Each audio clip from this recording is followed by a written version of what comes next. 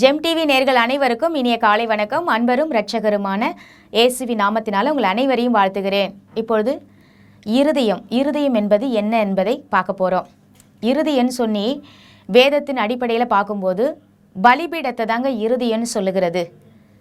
நீங்கள் வேதத்தை வாசித்து கொண்டே வரும்பொழுது பாருங்கள், நமக்கு ஒரு சில வார்த்தைகள் புரியாது.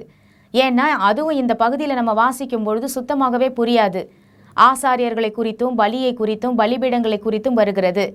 அப்போ நம்ம படிக்கும் பொழுது பாருங்கள், ஒரு ஆவிக்குரிய கண்ணோட்டத்தில் நம்ம படிக்கணும் வேதத்தை.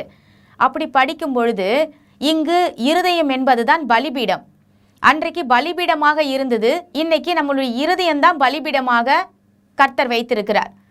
அதற்கான ஒரு வேத வசனத்தை இப்பொழுது நாம் வாசிக்கலாம். லேவியாகமம் 1ஆம் அதிகாரம் 15வது வசனத்தை இப்பொழுது நாம் வாசிக்கலாம். அதை ஆசாரியன் பலிபீட தண்டையில் கொண்டு வந்து அதன் தலையை கிள்ளி பலிபீடத்தில் தகனித்து அதன் இரத்தத்தை பலிபீடத்தின் பக்கத்தில் சிந்தவிட்டு அதன் இறப்பையை அதன் மலத்தோடு கூட எடுத்து அதை பலிபீட தண்டையில் கீழ்ப்புறமாக சாம்பலில் இருக்கிற இடத்திலே எரிந்துவிட்டு என்று வருகிறது. அதாவது இது 16வது வசனம். 15வது வசனத்தை தான் இன்றைக்கு நாம் பார்க்கிறோம். 15வது வசனத்தில் பாருங்க, ஒரு புறாவை எடுத்து அங்கு பலியை செலுத்துகிறார்கள். பலியை பாருங்க, அதை ஆசாரியன் பலிபீட தண்டையில் கொண்டு வந்து அதன் தலையை கிள்ளி பலிபீடத்தில் தகனித்து அந்த இரத்தத்தை பக்கத்தில் சிந்தவிட்டு என்று அந்த பலிபீடத்தை சுற்றிலும் பார்த்தீங்கன்னா அந்த புறாவினுடைய இரத்தத்தை சிந்த விடுவார்கள். எதற்காக சிந்த விடுறாங்க? சுத்திகரிப்பு அவசியம். தேவன்கிட்ட இன்றைக்கு நாம் போகணும்னா சுத்திகரிப்பு மிக மிக அவசியமாக இருக்கிறது.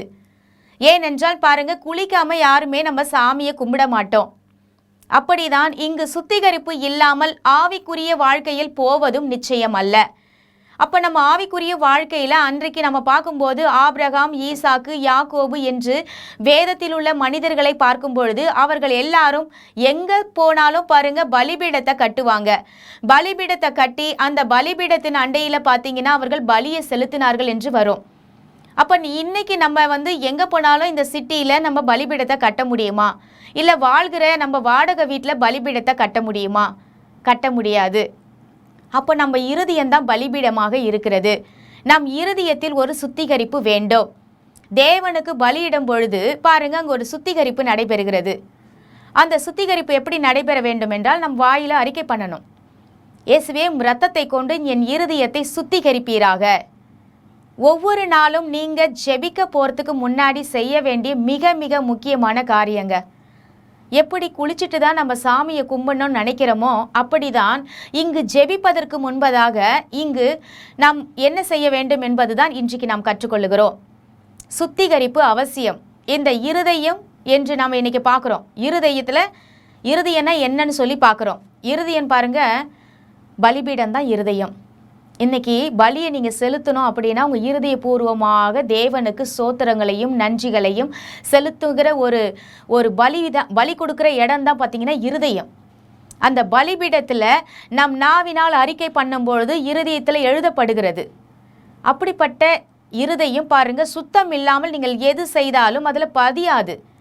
ஒரு ஸ்கூலில் போயிட்டு நீங்கள் பாருங்க, போர்டில் எழுதப்பட்ட வார்த்தைக்கு மேலே எழுத மாட்டாங்க. ஏன்னா அந்த இடத்துல தெளிவாக நமக்கு வார்த்தைகள் தெரிய வேண்டும் என்றால் பழைய எழுத்துக்களை நாம் அழிக்க வேண்டும்.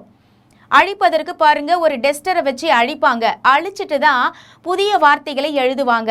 அப்படிதான் தேவன் ஒவ்வொரு நாளும் நம் இருதயத்தை சுத்திகரிக்க தேவன் விரும்புகிறார். நாம் இன்னையிலிருந்து பாருங்க தேவன்கிட்ட போகணும், தேவன்கிட்ட ஜெபிக்கணும், தேவனிடத்தில் ஏதாவது பெற்றுக்கொள்ள வேண்டும் என்று நினைச்சோன்னா முதலாவது நம்ம செய்ய வேண்டிய காரியம் என்னன்னு பார்த்தீங்கன்னா, கடவுள்கிட்ட பாருங்க, தேவனே என்னை முதலாவது என்னுடைய இருதயத்தை சுத்திகரிங்கப்பான்னு சொல்லி கேளுங்க. கேட்டது மாத்திரமல்ல, தேவனே இந்த பலிபீடத்தினால் நான் செலுத்துகிற பலியை நீங்கள் ஏற்றுக்கொள்ளும் என்று நீங்கள் உங்கள் வாயை திறந்து பேச வேண்டும். அப்படி பேசும் பட்சத்தில் பாருங்க, ஜெபிக்கிற ஒவ்வொரு ஜெபமும் உடனே நடப்பதை நான் என் வாழ்வில் அறிந்திருக்கிறேன். சுத்திகரிப்பு ஒவ்வொரு வேளையிலும் நடைபெறுகிற ஒரு காரியம். ஏனென்றால் சுத்திகரிப்பு இல்லைன்னா தேவன்கிட்ட சேர முடியாது. அங்கு கர்த்தரை சந்திக்க மோசே மேலே பார்த்தீங்கன்னா மலையில் ஏறும் பொழுது தேவன் சொல்றாரு, பாதரட்சையை கழட்டி நீ அங்கே வைத்து விட்டு நீ வான்னு. அது எல்லாருமே நம்ம என்ன நினைக்கிறோன்னா பாருங்க, பாதரட்சை என்றால் நம் பாவங்களை குறிக்கிறது. தேவன்கிட்ட நம்ம சேர வேண்டும் என்றால் நம்முடைய பாவமான வாழ்க்கைகளும் பாவ சிந்தனைகளையும் இயேசுவின் இரத்தத்தினால் முதலாவது சுத்திகரிக்க வேண்டும். சுத்திகரிக்கும் பொழுது நம் ஜெபங்கள் கேட்கப்படும். பாருங்க, இன்னைக்கு நம்ம ஜெபிக்க போறோம் நம்மை சுத்திகரிக்கும்படியாக. எங்கள் அன்பு நிறைந்த பிதாவே, உம்முடைய குமாரனாகிய இயேசு கிறிஸ்துவின் நாமத்தினாலும் பரிசுத்த ஆவியானவர் உதவியோடு நாங்கள் உம்மண்டையில் வருகிறோம். ஆண்டவரே, எங்கள் இருதயங்களை உம்முடைய கரத்தில் நாங்கள் ஒப்பு கொடுக்கிறோம். நீர் சுத்திகரித்து ஆண்டவரே இந்த இருதயம் பரிசுத்தமாக மாற்றும்படியாக நாங்கள் உம்முடைய கரத்தில் ஒப்பு கொடுக்கிறோம். சுவாமி, நீங்கள் சுத்திகரித்து தேவன் அண்டையில் நாங்கள் வராதபடிக்கு தடுக்கிற அத்தனை காரியங்களையும் எங்கள் இருதயத்திலிருந்து நீர் எடுத்து போடும்படியாக நாங்கள் வேண்டிக் கொள்ளுகிறோம். இந்த நாட்களில் தகப்பனே, உம்முடைய வார்த்தைக்கு நாங்கள் கீழ்ப்படிந்து நடக்க, உம்மண்டையில் சேர எங்கள் இருதயம் என்ற பலிபீடத்தை என் தேவன் நீர் ஆண்டவரே அந்த பலியை ஏற்றுக்கொள்ளுவீராக. தகப்பனே, இந்த இருதயம் என்ற பலியை, அந்த பலிபீடத்தை நாங்கள் சுத்தமாக வைத்துக்கொண்டு தேவனுக்கென்று பலியை செலுத்த தேவன் தாமே எங்களுக்கு உதவி செய்யும்படியாக நாங்கள் வேண்டிக் கொள்ளுகிறோம். இயேசுவின் மூலம் ஜெபிக்கிறோம் நல்ல பிதாவே, ஆமேன். கர்த்தர் நம் அனைவரையும் ஆசீர்வதிப்பாராக. God bless you.